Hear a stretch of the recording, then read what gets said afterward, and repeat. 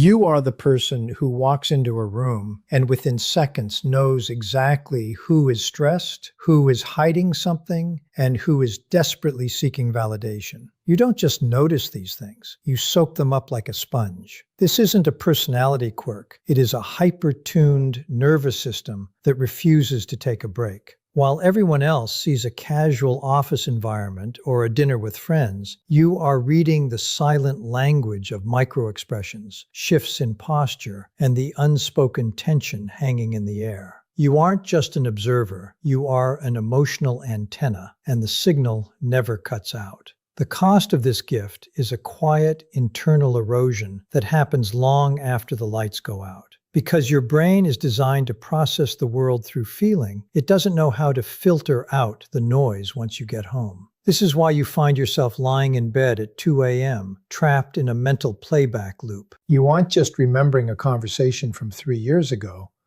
you are physically re-feeling the discomfort of it. You are agonizing over a text message sent 10 hours ago, dissecting the punctuation, the delay in response, and the hidden meaning behind a casual, okay. Your brain is desperately trying to decode the world to keep you safe, but it's actually just burning your energy reserves on scenarios that have already passed or might never even happen. This cycle of constant analysis is what separates the average person from the empath who thinks too much. You are not doing anything physical, yet you feel like you've just run a marathon. You are exhausted because your mind is constantly auditing the past to prevent future pain. You feel responsible for the emotional temperature of every interaction, and when things feel off, your brain assumes it is your job to fix it. You start searching for the mistake, the hidden tension, or the reason why someone might be upset, even if they aren't actually upset with you at all.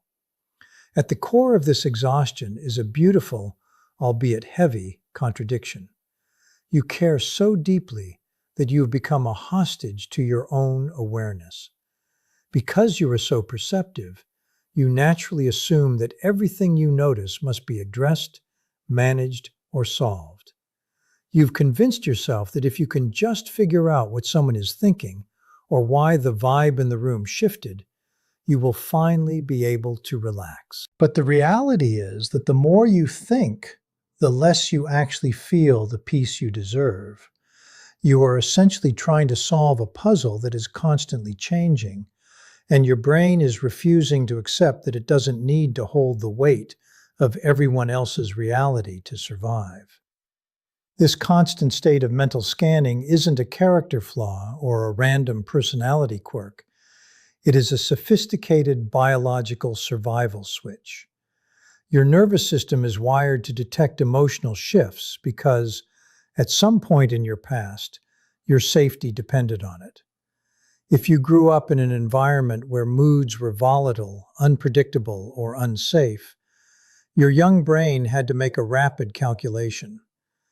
If I can predict what is coming next, I can avoid the danger. You became a human radar, constantly pinging the environment for threats. You learned to read a door slamming, a sigh, or a change in tone as a signal that the landscape was about to shift. Today, you are still operating from that same protective manual. Your brain isn't broken or maladaptive. It is actually functioning with incredible precision. It is doing exactly what it was trained to do, scanning the horizon, predicting the worst-case scenarios, and preparing for an emotional impact that is often not even coming. You are a survivor who never got the memo that the danger has passed. This survival mechanism creates a seductive cycle known as the fixer's trap, and it's the primary reason you feel so stuck. When you pick up on someone else's tension or sadness, your brain immediately flags it as an unfinished problem. You begin running through endless what-if scenarios, mentally rehearsing conversations, and trying to predict their next move to ensure the environment stays calm. Here is the part most people don't realize. Your brain is actively rewarding you for this cycle. Every time you think you've figured it out, every time you successfully map out an interaction or build a mental strategy, your brain releases a small hit of dopamine. That chemical reward makes you feel as though you are being productive, useful, and proactive. But you aren't actually solving anything. You're just trapped in a high-intensity mental loop. You become addicted to the process of caring because that mental labor feels like the only thing you have control over. You tell yourself that if you just think hard enough, you can solve the people around you and finally reach a place of safety. But human emotions are not math problems. They cannot be solved by brute force thinking. Because your brain is addicted to the short-term dopamine hits of problem solving, it refuses to let you stop. It keeps you spinning, analyzing, and fixing, even though it's draining your nervous system to the point of exhaustion. You aren't just thinking. You are trapped in a biological feedback loop that convinces you that if you stop analyzing, you lose your control, and that is why you keep going. The impasse paradox is the most exhausting burden you will ever carry. On the surface, your ability to read the unspoken emotional texture of a room is a superpower. You notice the tiny shifts in body language, the way a voice hitches, or the heavy silence that follows a statement, things that remain completely invisible to everyone else. This makes you incredibly perceptive, deeply compassionate, and the kind of person people naturally gravitate toward when they need to be truly seen. It is a gift that builds bridges and fosters genuine human connection. However, that gift becomes a cage the moment you stop drawing lines between what is yours and what belongs to someone else. Perception without boundaries is not a strength. It is a prison that forces you to live inside other people's problems. Because you feel so deeply, your brain automatically interprets every stray emotion you encounter as an urgent task that must be completed. You don't just feel someone else's frustration, you absorb it, and your mind immediately concludes that it is your responsibility to solve it. Your brain, being the over-analytical engine that it is, believes it can think its way through these feelings. It begins to treat a person's complex, messy emotional state like a broken machine that needs to be taken apart and reassembled. You draft scripts in your head, predict emotional outcomes, and weigh every possible response to ensure you maintain harmony. You are constantly trying to apply cold, hard logic to volatile, shifting human feelings. This is why you never reach the finish line. Logic relies on variables that can be controlled and facts that stay the same. Emotions, however, are fluid, irrational, and deeply personal to the person experiencing them. When you attempt to think your way through a feeling that isn't yours, you're chasing a ghost. You try to analyze someone else into being happy or rationalize a situation until the tension dissipates, but you are playing a game you cannot win. The more you use your intellect to try and manage these emotional surges, the further you drift away from your own internal peace. You become so preoccupied with decoding the world around you that you lose touch with your own center. You are essentially burning your own house down to keep someone else warm, and because your brain is so focused on the process of fixing, it never registers that the fire has consumed your own well-being. The realization you must hit is that your empathy was never meant to be a tool for emotional engineering. It was meant to be a way to connect, not a mandate to carry the entire world's weight on your shoulders. Reclaiming your peace requires accepting a single uncomfortable truth.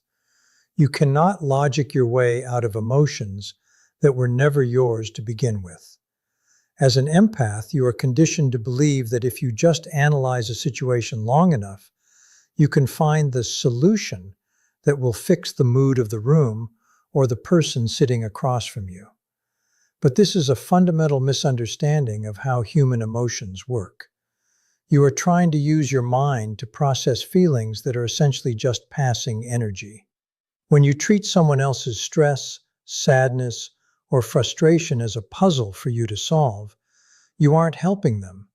You are trapping yourself in a cycle of mental labor that leads absolutely nowhere. You have to stop viewing every emotion you pick up as a problem you are required to resolve. To break this cycle, you need to change your relationship with your thoughts entirely. This isn't about trying to force your brain to stop thinking.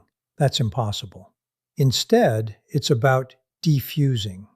Think of your mind like a busy highway. Normally, you are standing in the middle of the road, getting hit by every single thought car that drives by. You feel every impact. Defusing is the act of stepping off the road and onto the sidewalk. You can still see the thoughts passing, but you are no longer in their path. The moment you feel that familiar, suffocating spiral starting, that tightening in your chest, or that obsessive need to fix a dynamic, you must consciously pause and create a label for it. Simply stop and say to yourself, I am currently feeling an emotion that is not mine to carry. That one sentence is far more powerful than you realize. It is a psychological circuit breaker. It creates a necessary distance between you and the thought. When you say, I am anxious, you become the anxiety, and your brain immediately tries to solve it. But when you say, I am feeling an emotion that is not mine, you are identifying the thought as an external object, something you are noticing rather than something you are. This simple shift in language alerts your nervous system that you are observing the event, not participating in it. It is a physical signal to your body that you are safe, that you are separate, and that you do not have to absorb the tension you are picking up. Practicing this allows you to reclaim the energy you've been pouring into everyone else's reality. You are not responsible for managing the world's energy, and you are not required to be the emotional anchor for everyone you meet. Every time you successfully label a feeling as not mine, you are reinforcing a new boundary. You are teaching your brain that it is finally safe to stop being on high alert. You will find that as you stop trying to solve the feelings of others, the overwhelming urge to overthink will naturally begin to quiet down. You aren't losing your empathy. You are just learning how to use it without losing yourself in the process. True peace doesn't come from fixing everything. It comes from knowing exactly what is yours to hold and what is safe to leave alone. The bottom line is that you need to stop viewing your mind as something that is broken.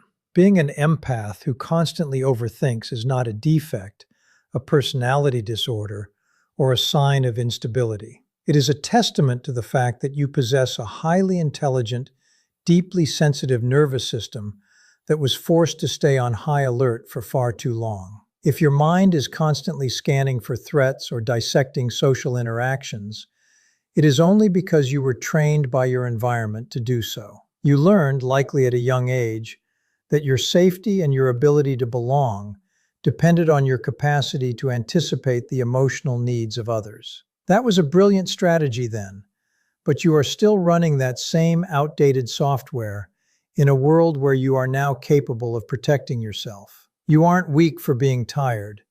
You are exhausted because you have been carrying a weight that was never actually yours to hold. It is time to reframe your struggle. The goal here is not to lobotomize your empathy or turn yourself into an unfeeling person.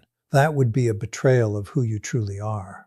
You don't want to stop being an empath because that sensitivity is also the source of your deepest connections, your creativity, and your ability to see the world in vibrant, human color.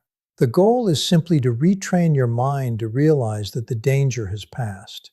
You have to teach your nervous system that you are finally safe enough to let other people handle their own emotions, their own crises, and their own bad days. When you step back, you aren't being selfish.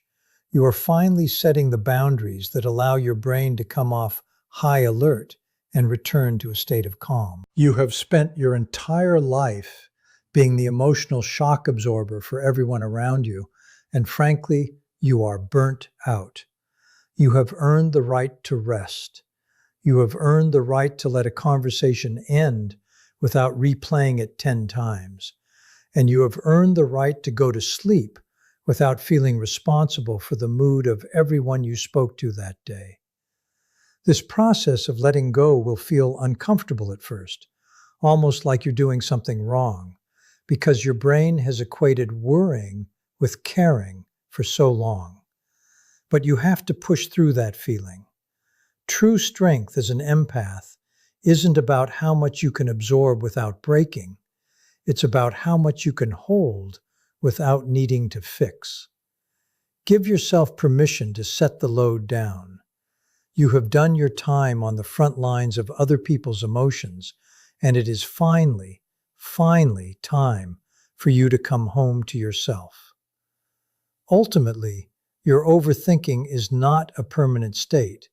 It is just a habit that has run its course. You have spent years fine-tuning a mind that is designed to protect, understand, and connect. But you have reached a point where that same sensitivity is keeping you trapped in a loop of exhaustion. By shifting your focus away from the need to solve everyone else's reality and toward the clarity of your own boundaries, you can finally reclaim your energy. You don't have to carry the weight of every room you walk into, and you don't have to dissect every interaction to prove that you care. You have done the hard work of being the emotional anchor for others. Now it is time to be that same person for yourself. The peace you've been looking for isn't at the end of a long, exhausting chain of thoughts.